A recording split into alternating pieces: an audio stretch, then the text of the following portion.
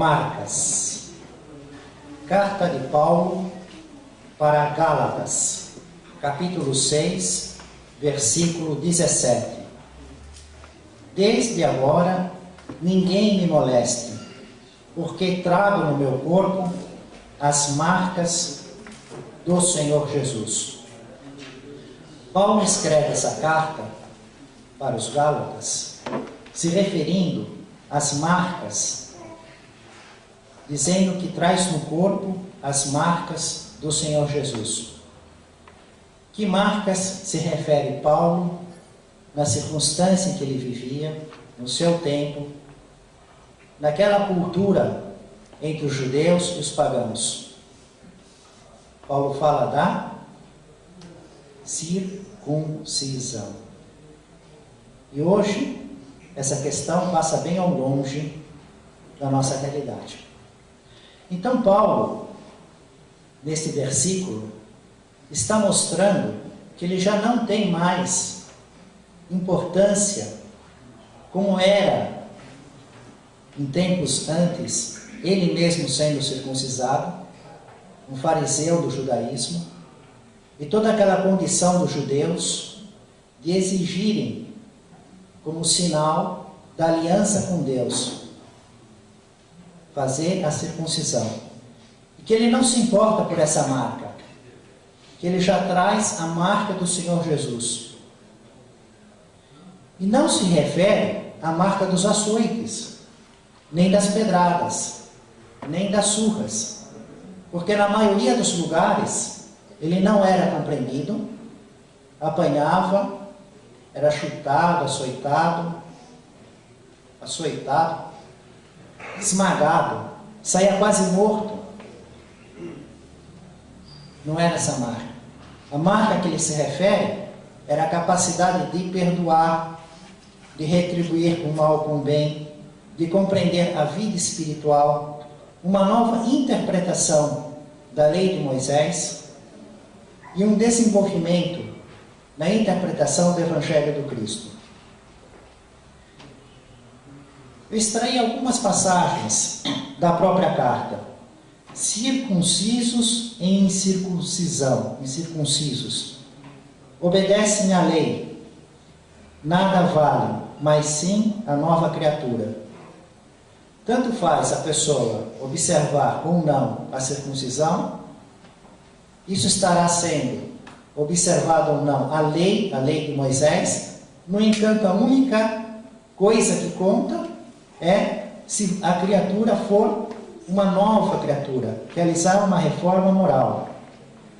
E Paulo diz: querem impor a circuncisão só para não serem perseguidos pela cruz do Cristo.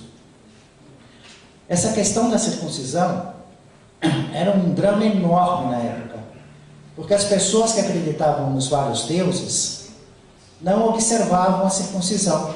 Isso era uma questão dos judeus, da lei de Moisés. Agora imagine um adulto ter que se submeter à circuncisão no seu amadurecimento espiritual por compreender um Deus único e se tornar um judeu. Agora, amadurecendo mais, compreendendo o Evangelho, e aquele que conseguia saltar o nível da lei de Moisés, de pagão, de acreditar em vários deuses, já tinha condição de compreender o Evangelho e vivia entre os judeus que exigiam a circuncisão. Por isso que Paulo diz que exigem esse ato, esse desafio, que é por medo daqueles ortodoxos que passariam a persegui-los. E no livro Paulo e Estevão, vamos ver vários momentos da exigência da circuncisão. Veio com essa pessoa, Paulo, ele vai participar da reunião entre nós. Nós somos judeus. É circuncidado ou não?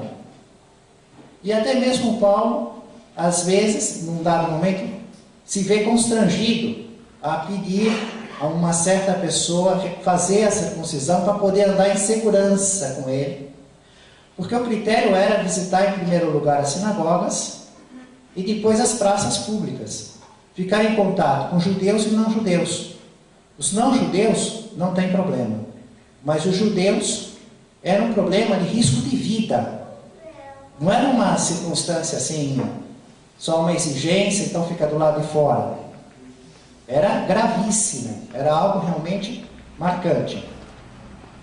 Nós vamos até ver um pouquinho mais a questão da circuncisão dentro do próprio judaísmo. Mas antes, vamos refletir no que Emmanuel nos traz de comentários a respeito desse versículo, com o título Marcas. Porque a circuncisão é uma marca, um corte na carne. Era o sinal da aliança, uma marca no corpo. Então, aproveitando a essência da ideia marcas, Emmanuel desenvolve o seu raciocínio, os seus comentários, e o nosso estudo desta noite vai estar sempre relacionado a marcas. Vamos ver as marcas de Jesus, as marcas de Allan Kardec, a marca de Chico Xavier e, no fim, uma marca do próprio Paulo. Então, Emmanuel diz: todas as realizações humanas possuem marca própria. Ele está falando do estilo da pessoa. Encontramos a pessoa, sabemos se ela é introvertida, extrovertida, se ela debocha de tudo, se o humor dela altera, não altera. Então, o jeito, a cultura, as palavras, o modo de se vestir, de falar, de fazer as coisas, suas preferências, trazem uma espécie de marca da pessoa. E Emmanuel nos diz, por exemplo, casas, livros, artigos, medicamentos, tudo exibe um sinal de identificação aos olhos atentos. Aquele que sabe observar é capaz de encontrar um sinal, uma marca e já fazer todo um contexto, concluir toda uma circunstância. Eu me lembro muito de uma passagem na Revista Espírita que eu fiquei assim impressionado e pegava, por exemplo, uma folha de uma árvore da natureza. Aí vinha um botânico. Ele começava a dar o nome da planta, depois a espécie e propriedades botânicas, e fazia todo um conjunto acadêmico de palavras dificílimas, toda aquela estrutura, né? Explicando como a planta nasce, como morre e tal, e concluía que Deus não existe, que é obra da natureza. Obra da natureza e Deus não existe, não tinha Deus. Aí vinha Allan Kardec na mesma folha, sem usar nenhuma daquelas palavras difíceis, estudando as mesmas coisas. O tempo que vivia, como é que era aquela folha inserida naquele contexto. Ele acabava chegando na árvore, nos animais que vivem lá, na influência dos homens, provando a existência de Deus e os atributos de Deus. Do mesmo ponto de partida, um faz todo um conceito acadêmico e chega à conclusão que é obra da natureza, como se fosse um acaso inteligente, e não vê a existência de Deus. O outro vai para o outro lado, desenvolve todo um raciocínio, os dois lados sempre falando baseado em fatos, dentro do contexto que eles se apoiam para fazer o desenvolvimento do raciocínio. Só que com conclusões totalmente opostas. Se medida semelhante é aproveitada na lei de uso dos objetos transitórios, não se poderia subtrair o mesmo princípio na catalogação de tudo o que se refere à vida eterna. Jesus possui igualmente os sinais dele e desenvolve, falando do sentimento, do raciocínio, e dizendo uma das marcas mais fortes, uma marca fundamental do Cristo, é aquela do sacrifício de si mesmo para o bem de todos. Vamos ver a questão da circuncisão. Na época de Paulo, extraído do CD-ROM Judaísmo e Multimídia, volume 1. E ele é escrito, mesmo no conceito dos judeus, está em português, mas como é que se sabe isso? Pelo modo que eles escrevem Deus. Está em português. Só que o Deus não está D-E-U-S. Está D, tracinho, U-S, sem a letra E. Porque eles não escrevem as 4 letras sagradas do Criador. um outro estudo que nós vamos desenvolver, uma outra oportunidade, das 4 letras sagradas de Deus no idioma deles, e como é que tinha que proceder quando elas estavam em algum lugar. O que importa é observar só por isso, só de pegar aqui, né? Isso daqui dá uma bom. Já sei que é um judeu, né, que está observando o jeito deles pensar até hoje, porque ele não escreveu deles com E, não. Ele pôs o tracinho, tudo bem. Agora vamos ver por que eles tinham essa exigência com tanto rigor. O que eles pensavam? Com todo respeito, com a interpretação, com a compreensão, do mesmo modo, com todos os estágios da educação escolar, nós sempre consideramos sagrados todos os níveis. Tudo faz parte de Deus. A circuncisão é absolutamente obrigatória e data desde a época de Abrão. Então, não é uma questão de Moisés até Jesus, pouco mais de 1000 anos. É muito mais, quase 2000 anos. Desde Abrão, o patriarca do povo hebreu já foi solicitado, já foi feito um pacto com Deus. O patriarca do povo hebreu, Abrão, fez um pacto com Deus de fazer a circuncisão no 8º dia do menino judeu. Agora vamos ver como eles interpretam. Por que isso tem que ser feito? Qual o simbolismo espiritual? E por que no 8º dia? Por que não é no 7º? Por que não é no 9º?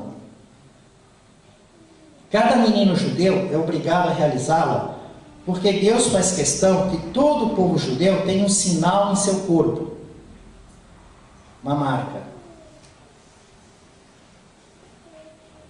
E nós hoje, o que pensamos?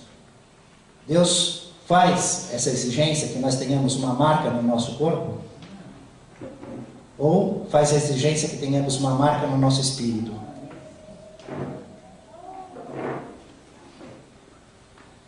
Em sua pele. Fisicamente, o homem terá algo a carregar consigo, fazendo-o lembrar constantemente do seu judaísmo. O simbolismo que há por trás disso nos ensina que um homem não é perfeito e que precisa se aperfeiçoar. Um homem é perfeito? Precisa se aperfeiçoar? O que? O que não é perfeito no homem? A moral. Mas e o corpo? Que vem da natureza que é feita por Deus. Percebam o que eles estão fazendo? O homem não é perfeito, eles estão falando de moral. Precisa se aperfeiçoar e eles vão fazer um trabalho na carne.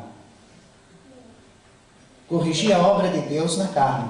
Se Deus não fez o homem perfeito no corpo. Sendo necessário retirar o prepúcio para melhorar. A circuncisão é feita no 8º dia. Dizem nossos sábios que o fato de ele ser no 8º dia é como um homem que procura um rei. Agora vem o simbolismo do 8º dia. Por que no 8º dia? Um homem que procura um rei. O rei o aconselha a procurar primeiro a rainha. As mulheres mandam. Até aí elas gostaram. Ela fala primeiro com a rainha, né? Opinião da rainha. Da mesma forma, cada menino, antes de se ligar com o rei, de todos os reis, tem de passar primeiro pela rainha. E quem é a rainha? Quem é a rainha do símbolo espiritual do judaísmo? O rei, todos nós já podemos pensar, qual que é o rei? O rei dos reis. A coisa mais importante de tudo no universo é Deus. Em segundo lugar é o sábado. A rainha é o Shabá, o sábado. Vocês devem estar pensando, mas por quê? Aí eu vou ler outra página. Né? Para não deixar incompleta a sequência. Então, antes de falar com o rei dos reis, com Deus, você tem que falar com a rainha. Ou seja, você tem que passar pelo primeiro dia, o sábado é o 7º. Chegar no 7º dia. Depois que passar pelo 7º, você chegou no quê? No 8º. Por isso que você tem que fazer no 8º dia. Esse é o simbolismo deles. E para passar o Shabá, antes da realização do Berit Milá, este deve ser feito no 8º dia. Então, pudemos, com esse estudo, compreender por que eles têm essa circunstância tão rigorosa, porque é um pacto do início de Deus com Abraão. E vai ver depois todo o povo hebreu, todo o judaísmo, a revelação do Deus único, a promessa, a competência de Abraão deixando o lugar, arriscando para uma terra desconhecida, sendo obediente a Deus, indo levar seu filho a sacrifício, e depois suspendendo, provando sua fidelidade a Deus, fé, fidelidade, lealdade à vontade de Deus. Não é crença cega, é fidelidade ao desejo de Deus, obediência à lei de Deus. Então vem dele e fica no 8º dia, porque eles entendem que é um sinal entre a criatura e o Criador. É a aliança, é o contrato em que ambas as partes assinam. Deus e a criatura. Mas antes do Rei dos Reis, você tem que ver a rainha, tem que passar pelo sábado, que é o 7º dia. Então fica o 8º. Agora vamos ver por que a rainha é o sábado. O Shabbat. Já vimos várias vezes que o sábado sempre era um problema na época de Jesus. Jesus curava de sábado e eles queriam matar Jesus, dizendo que a cura era feita pelo demônio. Desde a primeira cura de Jesus, no sábado em Jerusalém, queriam matá-lo. E parece que Jesus realmente, conhecendo essas circunstâncias, os mais numerosos casos de curas anotados pelos evangelistas é de sábado. É de sábado. Muito mais numerosos as curas de sábado do que as que não estão no sábado, nas anotações dos evangelhos. E temos estudado muito a questão do descanso. O sábado, Shabbat, é considerado o dia de descanso para os judeus, pelo fato de... Agora nós vamos ver o fundamento. Em nossos estudos, nós vimos que até hoje isso é problema. Como estudamos na segunda-feira, problema do café expresso. Estava lá no bar, a máquina, tudo bonitinho, eu louco para tomar café expresso. E tinha lá um empregado lá. Eu acho que não era judeu. Tinha lá um empregado. Mas é só pôr aqui o pó, pôr na máquina? Não, não pode, eles não deixam. Isso é trabalho. E o que você faz aí? Você está aí para quê? Eu estou aqui para pegar água e pôr no balcão. Quer água? Não. Mesmo esse trabalho não devia ser um judeu, mas os judeus, que era um hotel, não permitiam que ligasse a máquina do café expresso. Vimos a circunstância do elevador, que não existia na época de Moisés, também não existia na época do pai Abrão, mas que fica parando de andar e andar, abrindo a porta e fechando, tocando um alarme sonoro para a pessoa entrar e sair sem tocar em botão, porque é considerado o trabalho, é quebrar o descanso. Quebrar o descanso. Mas vamos ver por que existe agora esse fundamento, essa necessidade. Como vimos, por que tem que ser no 8º dia? Qual o raciocínio segundo o CD-ROM Judaísmo de Multimídia, volume 1?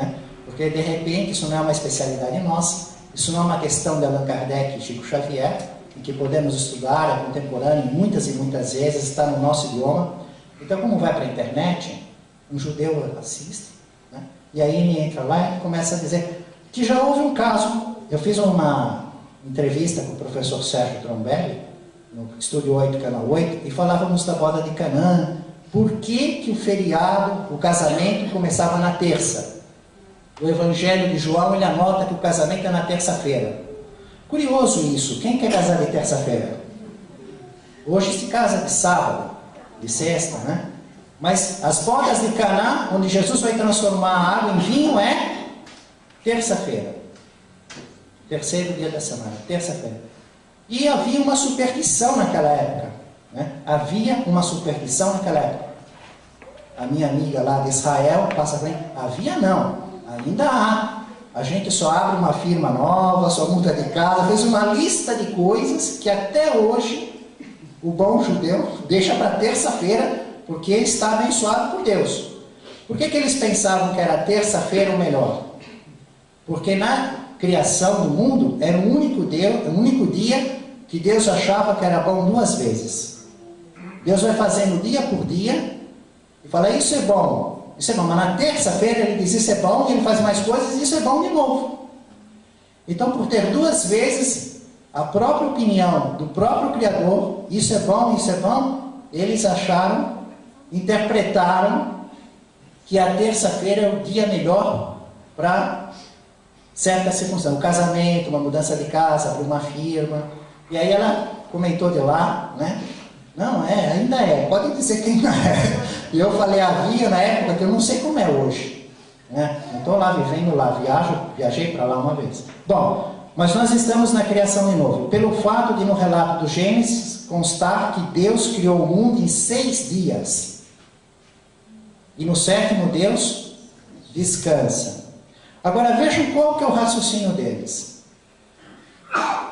Deus pede ao seu povo, nos 10 mandamentos, o decálogo, sejam semelhantes a mim, ou seja, trabalhem durante 6 dias e descansem no 7º. De acordo com a mística judaica, esses 6 dias são uma manifestação de Deus, uma expressão apenas, enquanto que no Shabat é Deus mesmo. Então, quando um judeu observa o Shabat, ocorrem 2 coisas. Ele está demonstrando que acredita na criação do mundo por Deus e também se liga com a essência divina. Então ele raciocina assim, no primeiro dia Deus fez coisas, no segundo dia Deus fez coisas, até o sexto dia Deus fez coisas. No 7º dia Deus não fez nada, Deus descansou, né? Então, o que é mais importante, o próprio Deus ou as coisas que ele fez? O próprio Deus. Por isso que é a rainha, é a essência divina. O sábado, o Shabat, a essência divina é o próprio Deus.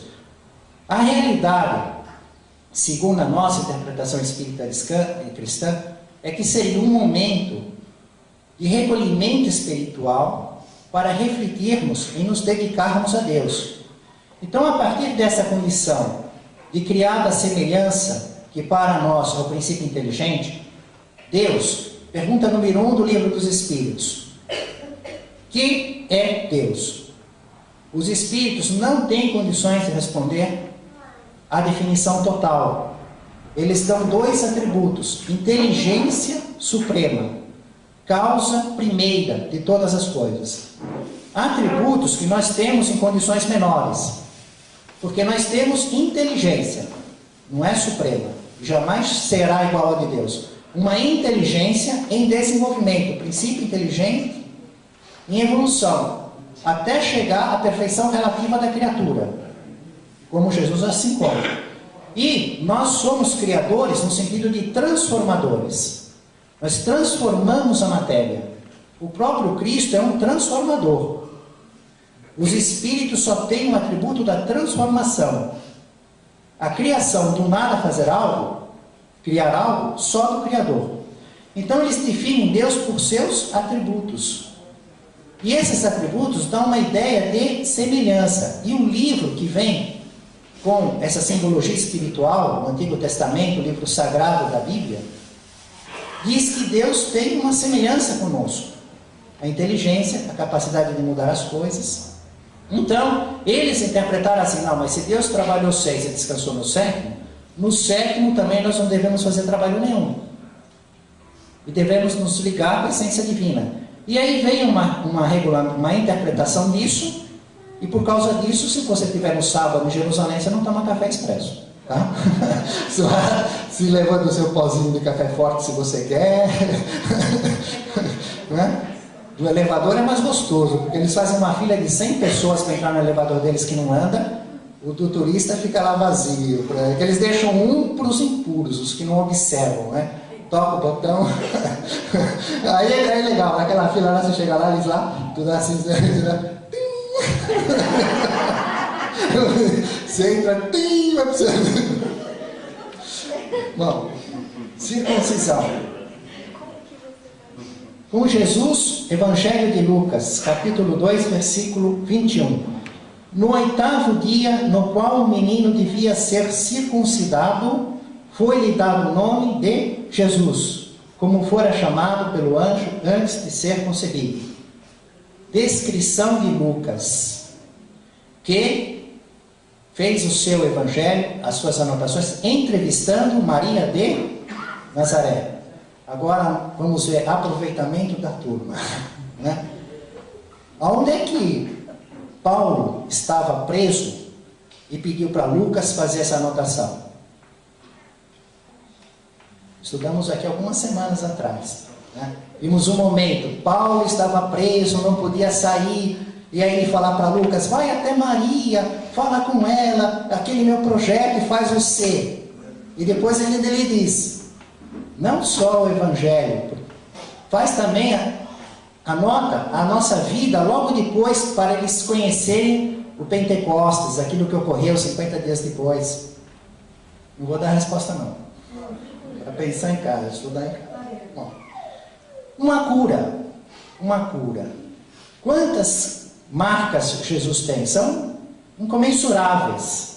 À medida que vamos evoluindo espiritualmente, à medida que vamos recebendo missionários no mediunato como Chico Xavier, em que os espíritos levantam os véus, e aí nós temos realidades confiáveis. E para trazer revelação da vida do Cristo, temos que tomar muito cuidado. Porque só um médium na condição do Chico Xavier pode realmente nos dar segurança. Os outros nós colocamos em observação. Porque não estamos falando de uma realidade do mundo espiritual que nós podemos ir dar uma olhada. Se fosse falar das trevas, é muito fácil. Nas trevas, eu vivo por lá também, não é? Às vezes, quando eles me levam durante o sono do corpo em lucidez, um monte de lugar de sofrimento, que fez esse erro, que fez aquele, que teve esse vício, que teve... até mesmo de advertência para a minha vida, não só para o nosso estudo e para as reuniões mediúnicas, mas ir para essas paragens altas, né? Aí já é outra conversa. Agora, revelar detalhe da vida do Cristo, levantar aqueles véus que estão na letra sagrada. Então, quando vem algo, e tem muito livro, porque você vai na livraria hoje, como Jesus vende muito, a marca vende demais, então você vê Jesus em todas as profissões, com todos os nomes acadêmicos, com todas as circunstâncias. Nos Estados Unidos eu vi um outdoor assim, né? Que carro Jesus usaria hoje? Qual seria o carro de Jesus? Aí tinha lá a montadora explicando por que era o carro dela. Bom, então esse caso que eu isolei aqui, a cura de um cego de Betsaida, anotado só no Evangelho de Marcos, e sem nenhuma revelação da produção mediúnica de Chico Xavier. Por isso que eu trouxe ele hoje, porque é difícil encaixar ele em alguma outra noite de estudo.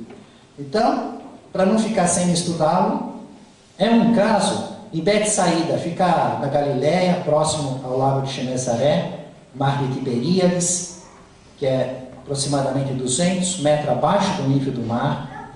Trouxeram-lhe um cego rogando que Jesus o tocasse para ficar curado. E Jesus, no meio daquela multidão, não fez. Aquela multidão toda curiosa, tal, agora ele vai tocar, que nós vamos ver, que sensacional. Ele pegou o cego com a mão e saiu andando. E o pessoal ficou lá. Ele saiu, foi bem afastado da aldeia. Ninguém mais vendo, aí ele fez. Vejam que é o desejo da caridade, do amor sem exibicionismo, sem desafio, sem prova. Notem a marca aparecendo, né? É no corpo, é na circuncisão que os pais de Jesus fizeram observar, em virtude da cultura judaica que eles obedeciam à lei de Moisés? Ou é no comportamento do espírito puro, com todo aquele poder?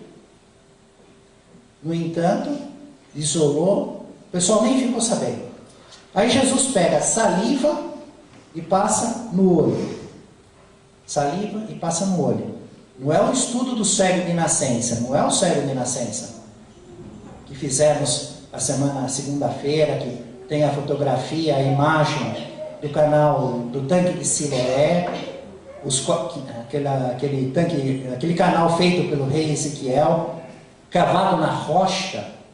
Eu postei as imagens digitalizadas na internet, e a palestra já foi publicada, está no YouTube, Gino Della Volpe, entre em canal, aí é uma das palestras, ou a página no Facebook Espiritismo Cristão. E quem quiser receber informações a respeito das palestras ou os estudos que haverão aqui, é só pedir a Lisabe no meu Facebook, porque eu só uso praticamente para isso, para divulgar as palestras, as ilustrações. Hoje mesmo, para essa palestra de hoje, eu mostrei no mapa onde fica a galáxia, os Gálatas, né, onde Paulo dirige a carta, e no fim nós vamos ver um cenário que ele está se referindo. Eu coloquei lá na observação, porque trazer o livro aqui e fazer assim, vocês não conseguem ver nada. Como quase todo mundo tem um computador hoje, são poucos os que são excluídos digitais, né? Então, faz parte da necessidade da vida, é uma maneira prática e eficiente de enriquecer os detalhes de estudo. Então, Jesus toca a saliva, passa no olho e faz uma recuperação gradativa. Outra observação muito interessante, porque as curas de Jesus eram quase todas imediatas, né? A pessoa era cega e passava a ver, a pessoa era paralítica e se levantava, a pessoa estava na morte aparente e voltava. No entanto, ele passa, o que você está vendo? Aí ele diz que está vendo árvores em movimento. Lógico, ele estava vendo árvores em movimento? Já viu a árvore andando para lá e para cá? Ele estava vendo era gente, mas o campo estava ainda totalmente fora. Aí Jesus aperfeiçoa, né? Até que ele vê realmente, né? E aí está certo, Jesus disse assim para ele: olha, não entre na aldeia, porque senão as pessoas iam notar, iam observar e falar: olha, está vendo? Jesus saiu com ele, aquele que nós pedimos, e ele curou, e está aqui um homem. Jesus segurou a informação, fez a cura sem ninguém ver, e falou para ele não ir para a aldeia, não contar para ninguém, ficar em recolhimento, com o benefício que recebeu. Uma outra marca, vamos para frente. Vamos agora numa circunstância que está anotada nos evangelhos de Mateus, Marcos e Lucas. Jesus conhece o pensamento de todos, sabe o que se passa no coração, e Jesus conhece a lei. Isso deixava-os profundamente impressionados, porque Jesus não tinha ido na escola em Jerusalém, naquela escola dos 15 anos. Ele era um menino judeu, então a obrigação do homem judeu é ensinar a lei para o seu filho, de modo oral.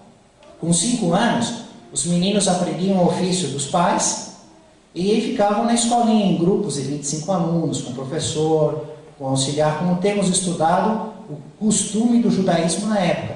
Ouviam a lei cantada, de uma maneira mnemônica, repetiam aquilo, mas havia uma dificuldade muito grande, porque os próprios judeus na sinagoga, no sábado, para estudar a lei, precisavam de um tradutor. Porque a lei de Moisés está escrito no hebraico 1000 anos antes. Já o português, só um século, se você pega um texto do século passado, já tem um monte de palavra lá. Eu acho mais difícil andar em Portugal do que nos outros países. Em Portugal eu não entendo português, os outros países falam inglês, mesmo com inglês mal, vou melhor que Portugal. Um pouco da pronúncia. Portugal falando o nosso idioma. E eles não entendem nada. Eu nem adianta, eu não entendo nada. É melhor falar inglês com os portugueses.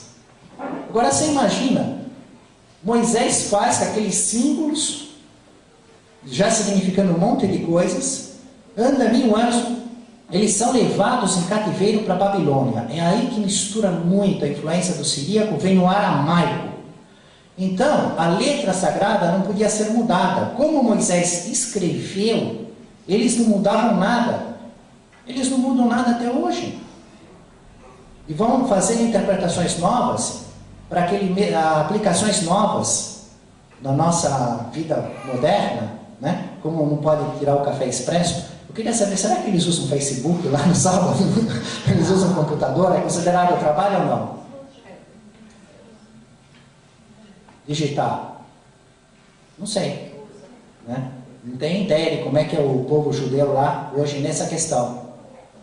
Então, Jesus conhecia, foi só lá com aqueles rapazes, jovens, na sinagoga. Agora, aqueles que tinham condições econômicas podiam fazer o curso com 15 anos e aprender a ler e escrever mesmo. Iam ser doutores da lei. Iam ver os mínimos detalhes, iam juntar a parte escrita com a parte oral. Só que Jesus mostrava para eles que conhecia aquilo melhor do que todos. Quantos desafios não houveram que Jesus chegou lá, desembaraçou tudo, eles ficavam com a boca aberta. Mas como é que ele sabe se ele não veio, não foi na escola, não é escriba, não é doutor, e ele não tem quem consiga disputar com ele uma logística, uma interpretação, um detalhe da lei? Ficavam impressionados.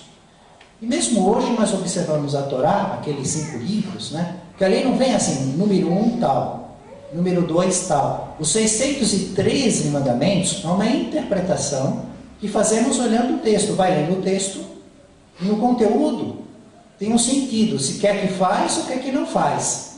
E aí você tira aquilo e faz uma interpretação, uma aplicação, porque aquilo fala também daquela época, para aquela vida social, para aquela compreensão espiritual da época.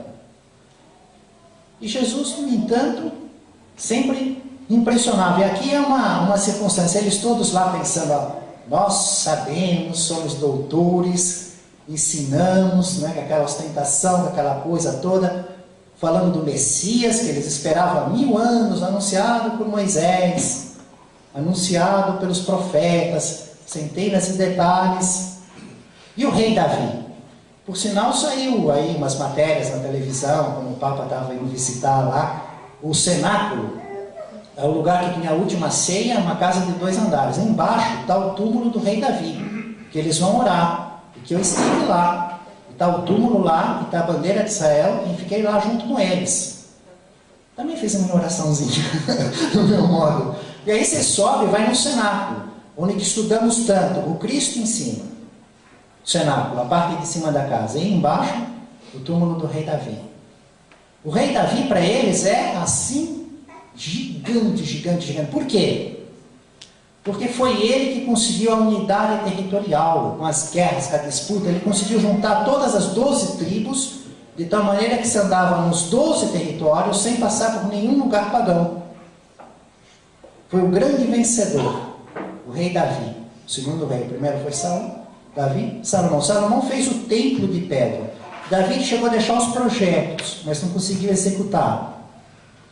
Então, o rei Davi, para eles, veja que interessante, né? O Salomão fez o templo. Eles consideram que Deus se manifesta no templo. No entanto, Davi, a estrela de Davi, que está na bandeira até hoje, né? O que foi o mérito de Davi? Foi vencer a guerra, o território. Está acima ainda. A bandeira não está o templo de Salomão, está a estrela de Davi. Um conquistador. Bom, já há séculos antes do Cristo, olha o que Jesus diz para eles, para os fariseus na frente do povo. Que vos parece a respeito do Messias? De quem ele é filho? O que ele quis dizer com isso? O filho aí, ele está falando da hierarquia. Mais evoluído, menos evoluído, Deus, acima de tudo. Criador de todas as coisas. Depois existe uma hierarquia das criaturas. O Messias, quem ele está, em que relação, em que nível ele está nessa hierarquia? De quem ele é filho? Eles responderam assim, ele é filho de Davi. O Messias que virá é filho de Davi, ou seja, Davi está acima do Messias. Deus, acima de tudo. Primeiro lugar, depois, entre criaturas, Davi. Depois, Messias. Segundo as anotações dos evangelistas, os fariseus responderam isso. Só que Jesus diz assim para eles. Como dizem os escribas que o Messias é filho de Davi? Como pode ser isso?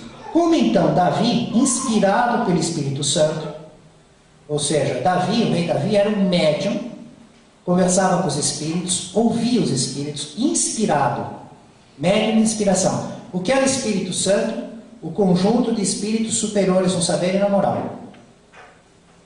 são os espíritos quase que chegaram na perfeição, estão próximos. Então esses espíritos falaram com Davi e disseram assim: o chama Senhor, dizendo no livro dos Salmos: o Senhor disse ao meu Senhor: senta-te à minha direita, até que eu ponha os teus inimigos debaixo dos meus pés. No Salmo do rei Davi, que o próprio rei Davi faz, ele diz que o Messias está acima dele, à direita de Deus, na própria lei, que eles liam há mais de 1000 anos, que eles ensinavam, que eles falavam, que... Como eles podem achar então que Davi é maior que o Messias? Se na própria lei do próprio Davi, o Messias não só é maior que Davi, como está na direita de Deus. E aí, que respostas que eles podiam dar? Está no Salmo 110 ou 109, conforme foi o lugar que eu pesquisei, aparece por causa das traduções das Bíblias. Como eu olho 5 ou 6, uma estava no 109.1, inclusive com a palavra oráculo, mostrando fortemente a condição de mediunidade do rei Davi, da comunicação de homem com os espíritos. Na outra Bíblia estava no 110.1. O tradutor aqui desse livro do Evangelho, ele cita Salmo 110.1. Mas está lá, né? Então, no próprio texto que eles olhavam, e aí todo mundo ficou sem palavra. Como é que podia discutir? Tinha que pegar o rolo, abrir e ver lá. Mas lá estava o que Jesus falou. E aí? Quer dizer que todos os fariseus responderam errado.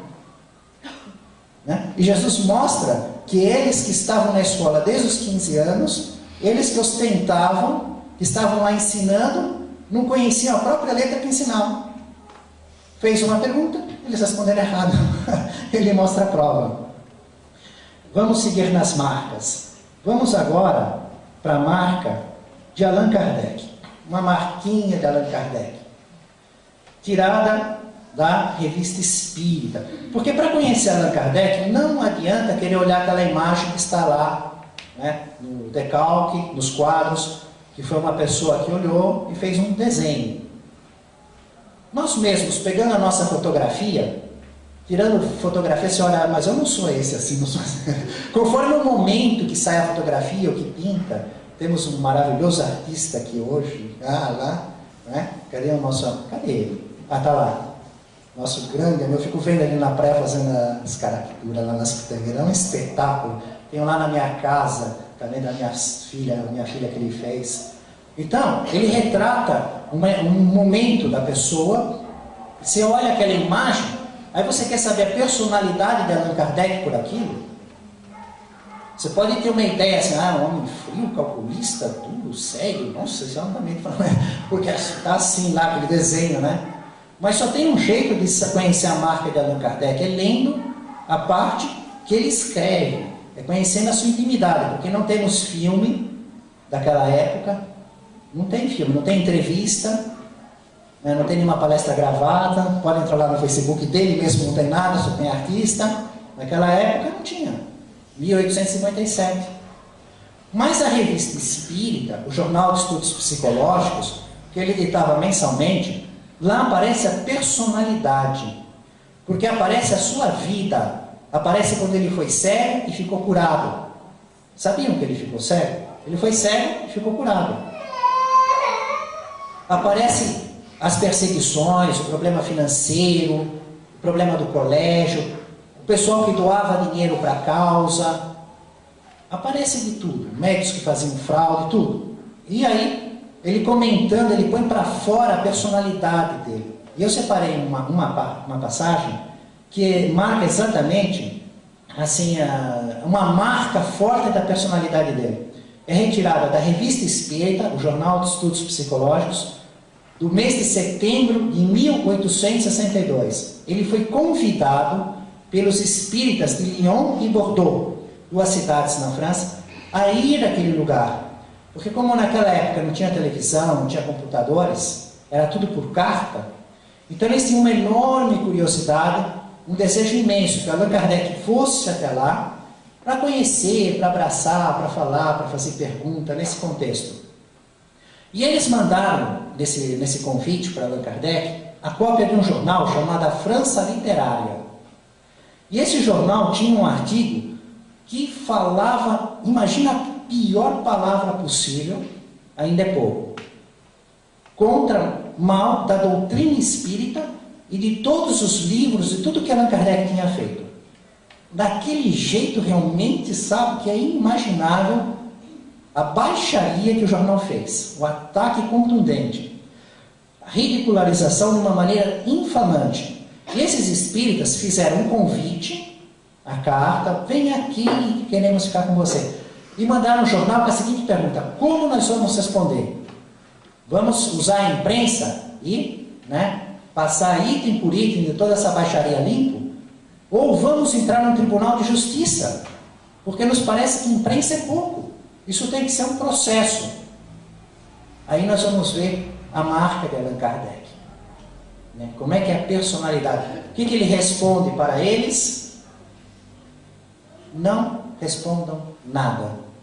Continuem estudando o Espiritismo, unidos, auxiliando os espíritos que sofrem, recebendo instrução dos espíritos que são superiores, pesquisando a vida no mundo espiritual. A nossa questão é estar em circunstâncias favoráveis para trabalhar com os bons espíritos.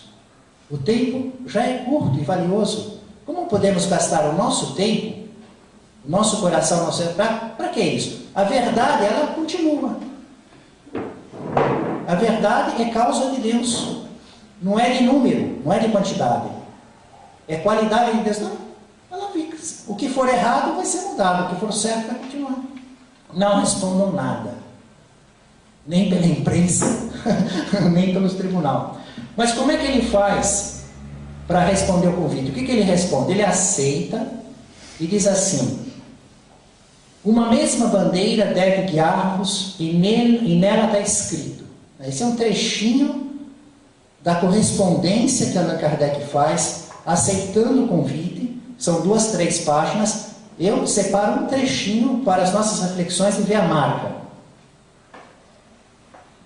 A bandeira tem que estar escrito: fora da caridade não há salvação. Ficais certos de que em torno dela é que a humanidade inteira sentirá a necessidade de se congregar, quando se cansar das lutas engendradas pelo orgulho, pela inveja e pela cupidez. Esta máxima, verdadeira âncora de salvação, porque será o repouso depois da fadiga. O Espiritismo terá a glória de ser o primeiro a havê-la proclamado. Inscrevei-a em todos os lugares, em todos os locais de reunião, em vossas residências. Há anos atrás, quando eu li isso, um dia de sol escaldante, eu fechei o livro, fui para casa, tomei um bom banho, almocei, saí, fui aí no centro e fiz aquela placa que está lá, ó: fora da caridade não há salvação. Eu segui a letra, ele mandou escrever no lugar da reunião. Só que naquela época a Casa Esperança nem tinha essa reforma, tá? Com esse salão ampliado, era bem menor e a placa ficava aqui, bem no meio, tinha uma lousa branca, né?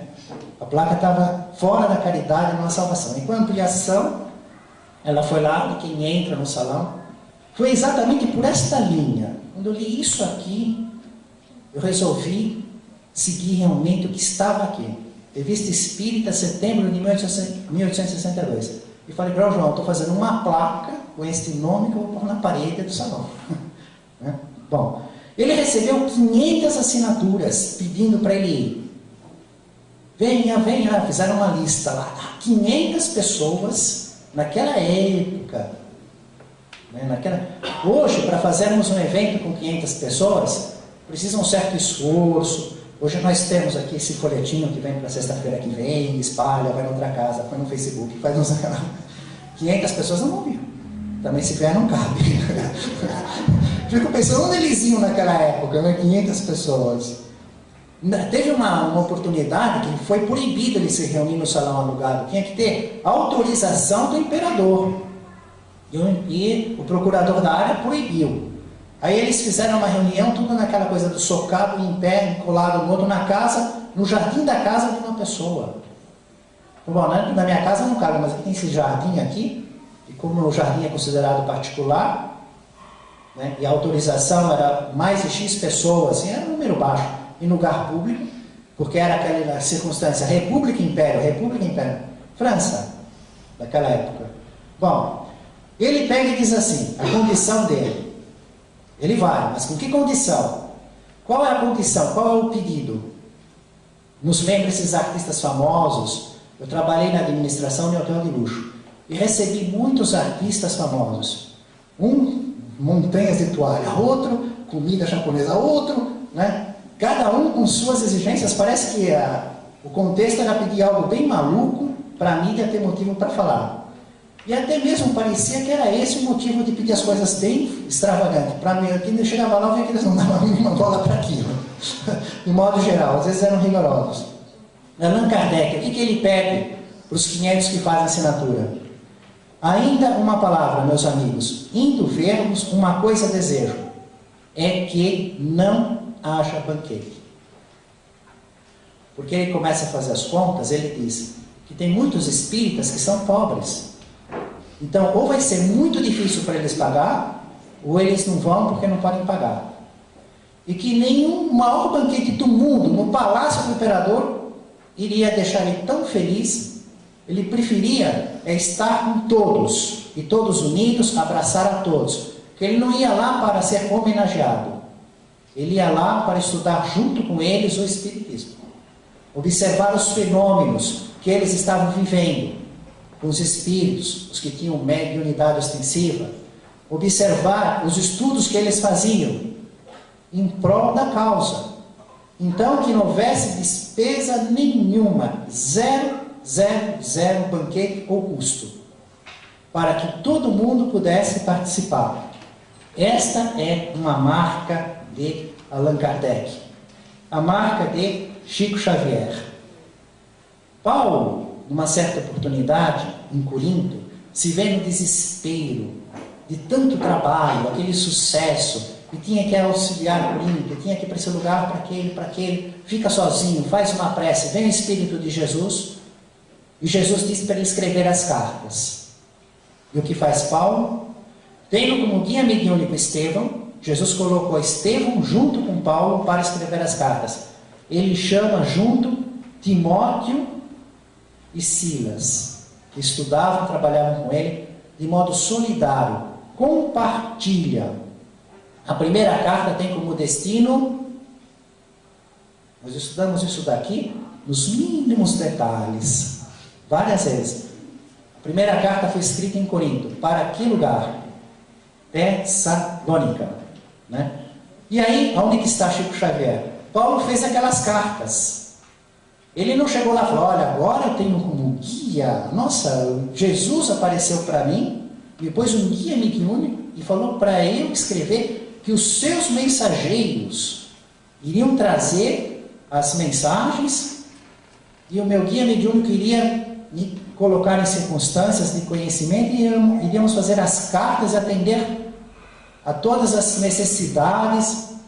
Não, ele chama companheiros para fazer isso em conjunto, solidariamente. Ele se faz assim, pequenino.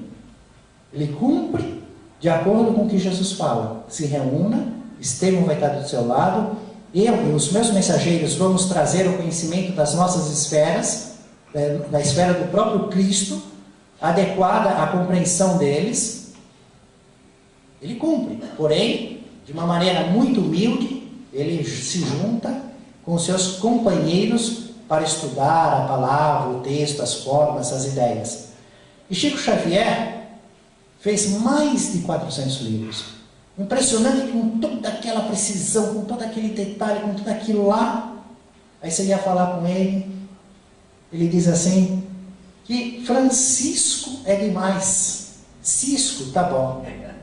É isso que ele falava. Não, Francisco é muito. Me chama só de Cisco. E ainda punha assim, um C minúsculo.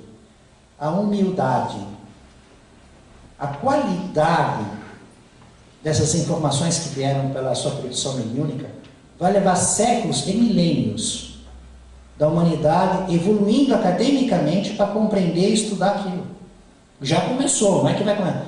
Já vemos medicina, se debruçando, porque viu as coisas que já foram confirmadas em relação à época que o livro foi psicografado. Então, ela disse, não, mas isso daqui já se confirmou com os nossos avanços, as outras circunstâncias devem estar também corretas, podem estar corretas. Estamos falando da produção mediúnica de Chico Xavier. Não estamos falando de outra produção mediúnica. Por fim, o próprio sinal de Paulo. A marca de Paulo. Marca de Allan Kardec, marca de Paulo de Tarso. Ele estava a caminho da Galácia, aqueles povos que nós nos dirigimos aqui no estudo de hoje, né? Gálatas, né? A caminho de lá, Antioquia de Pisídia, aquela cidadezinha que eu pus lá no mapa que está lá. E da onde ele estava para lá, o caminho era um desafio enorme. Até eles estavam em 3 e um deles desiste porque eram lugares de difícil acesso. Precisava levar animais, escravos, e tinha muitos bandidos. Quando fizemos a excursão e passamos por aquela área, eu observava cuidadosamente esses desafios das caminhadas por essas áreas. E essa região realmente era algo assim, quase não dá para acreditar, né? Não é possível que um homem fez esse caminho e foi para lá. Como? Sem esses viadutos, esses recursos que temos hoje nas estradas, mas ele foi. Aí o que acontece? Ele estava num lugar que não tinha condição de comida, habitação horrorosa, não tinha aldeias para ele recebê-lo e se ajeitando e sendo convidado, não tinha isso, ele tinha que lutar com a natureza, correndo o risco dos bandidos. Ele achou um lugarzinho lá, assentava com um foguinho lá, vem o Evangelho, dentro das anotações de Levi, ele e Barnabé e tal. Aí de repente, pula lá 2 ladrões, com um punhal, ameaçando eles de morte e querem todo o dinheiro. Aí Barnabé fica, nossa, mas vou dar todo o dinheiro? Vamos fazer como? Se já com o pouco que temos já está muito difícil, vamos ficar 0. Ele hesita e Paulo, não, dá tudo, não importa, nós confiamos em Deus, dá tudo. Tirou todo o pouco que tinha, deu tudo para os ladrões. Só que os ladrões ficaram falando assim, mas espera aí, nós ouvimos vocês falarem de um reino, de algo assim, que está próximo. E aí Paulo diz que é realmente, ele estava falando de um tesouro e de um rei. E aquela letra que eles estavam vendo falava disso, de um reino que está próximo de vir. Aí os ladrões falaram, então me dá isso aqui. Né? Pegou as folhas, que eram as anotações do Evangelho. Eles estavam estudando a vida de Jesus e as suas curas, as suas parábolas, a sua doutrina.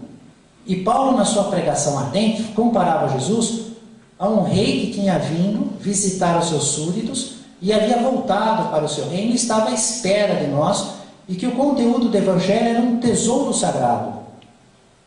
Porém, os ladrões, ouvindo isso, pensaram no tesouro da terra e roubaram aqueles livros. Aí no dia seguinte, Barnabé estava pensando, puxa vida, mas perdemos todo o dinheiro, agora vai ser muito mais difícil andar nessa condição, vamos ter que já arrumar um emprego de qualquer jeito, só pela comida, e no lugar que chegar, da arte que nós sabemos. Aí ele ficou pensando, nós perdemos inclusive a letra. E ele escolhe, e fala assim, nós sabemos de cor grande parte, mas como é que nós vamos conferir todas as expressões? E esta linha aqui, ela é muito importante, porque ela mostra assim, um critério de Paulo e Barnabé. Quer dizer, eles tinham de cor e falavam de cor. No entanto, esse de cor era aproximado à fidelidade, à exatidão da letra escrita. E eles conferiam, eles davam a letra escrita para ser copiada. Ele falou, agora nós sabemos de cor, mas não vai ter a exatidão da letra escrita. Nós perdemos, a letra escrita. E Paulo diz, mas eu tinha aqui, ele tinha guardado um em outro lugar, dentro do corpo dele, que era o Evangelho de Gamaliel. Gamaliel, seu mestre, tinha ganho o Evangelho de Pedro na casa do caminho. Logo no início da confusão, que Saulo de Tarso vai querer prender Pedro, Estevão, e aí Pedro chama Gamaliel para mostrar a obra e dá uma anotação. Tempos depois, Paulo encontra Gamaliel, Gamaliel está estudando, eu já tinha feito algumas cópias, e dá que ganhou de Pedro. E Paulo guardava isso dentro do corpo, de tanto carinho. Então ele tinha aquela anotação. E um missionário de Chipre, Barnabé, apertou nas mãos o tesouro do Cristo, né, que Paulo mostra, e ele fica eufórico. Então temos a letra. O júbilo voltou a iluminar seu coração. Onde está a marca? A marca de Paulo. Poderiam dispensar todo o conforto do mundo, mas a palavra de Jesus era imprescindível. Família espiritual de Jesus, no caminho do reino dos céus, em nome do Mestre Jesus, louvado seja Deus.